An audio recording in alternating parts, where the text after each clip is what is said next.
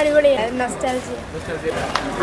രക്ഷയില്ല. പണ്ടത്തെ അതേ എക്സ്പീരിയൻസ് എങ്ങനെയുണ്ടായിരുന്നു? സൂപ്പർ സൂപ്പർ സിനിമയാണ്. എൻ്റെ ഓൾ ടൈം ഫേവറേറ്റ് സിനിമയാണ് ഹാപ്പി ബി ഹാപ്പി. വീണ്ടും റീ റിലീസിന് വളരെ ആദ്യം എക്സൈറ്റ്മെൻറ്റ് സൂപ്പറായിട്ട് മെയിൻറ്റെയിൻ നന്നായിട്ടുണ്ടായിരുന്നു. തിയേറ്റർ സൂപ്പറായിരുന്നു, കൊള്ളുന്ന നൈസ് സൗണ്ടും മറ്റു കാര്യങ്ങളായിരുന്നു, കൊള്ളാം. അതൊരു ഫീൽ കിട്ടിയതിൽ വീണ്ടും 20 വർഷം ശേഷം വീണ്ടും ഇറങ്ങിയതിൽ സന്തോഷമുണ്ട്. അയ്യോ ഇല്ല, ആ ഡാൻസ് കളിച്ചിട്ട് ഇതിലിരിക്കുക. ക്ലൈമാക്സിലെ മധുര ഇഷ്ടമാണെന്നൊക്കെ പറയില്ലേ, ഐ ലവ് യു മധു. പൊളി ചേട്ടാ, എന്താ പറയാനോ, നമ്മൾ മെൽറ്റായിട്ട് ഇങ്ങനെ ഇരുന്ന് പിന്നെ കുറേ ഡാൻസ് കളിച്ചു, കുറേ നമ്മൾ ടി വിയിൽ കണ്ട എക്സ്പീരിയൻസ് ചെയ്ത തിയേറ്റർ എക്സ്പീരിയൻസ് പൊളിയായിരുന്നു. ക്ലൈമാക്സ് കരയണമെന്നുണ്ട്, ചിരിക്കണമെന്നുണ്ട്, കൈയടിക്കണമെന്നുണ്ട്, ഡാൻസ് കളിക്കണമെന്നുണ്ട്. അടിപൊളി. എന്താ അല്ലൂർജിൻ്റെ പഴയ പടം തിയേറ്ററിൽ കാണാൻ പറ്റിയ ഭാഗ്യം തന്നെ.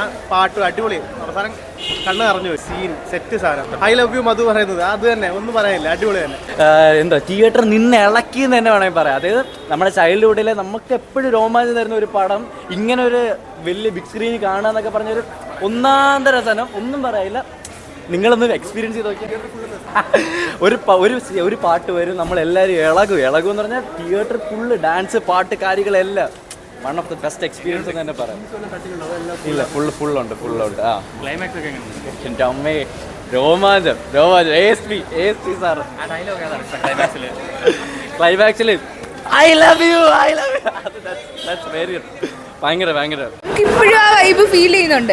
അല്ലു അർജുൻ ഫാൻസിന് ഇതൊരു എന്തോ ഒരു ബ്ലാസ്റ്റ് ആണ്. ക്ലൈമാക്സ് കാണുമ്പോൾ ആക്ച്വലി ആ ടൈമിൽ കരുതത് ഇപ്രാവശ്യം നമ്മൾ ചിരിക്കുകയായിരുന്നു ക്ലൈമാക്സ് കണ്ടിട്ട്. ആക്ച്വലി അടിപൊളിയായിരുന്നു. കുറച്ച് ക്രിഞ്ചായിട്ട് തോന്നുമെങ്കിലും ഫണ്ണാണ്. കൊള്ളാം. വീണ്ടും കാണുമ്പോൾ റിലീസ് കാണുമ്പോഴത്തേക്ക് അവിടെ പാട്ടൊക്കെ ഇട്ട് ഡാൻസ് കളിച്ച് നൈസാണ് ബ്രോ. പണ്ട് കാണുന്നവർ ഇപ്പോൾ കാണുമ്പോൾ വീട് ഒരു എക്സ്പീരിയൻസ് കൂടുതലാണ്. തിയേറ്ററിൽ കണ്ടപ്പോൾ കൂടുതലായിട്ട് നല്ല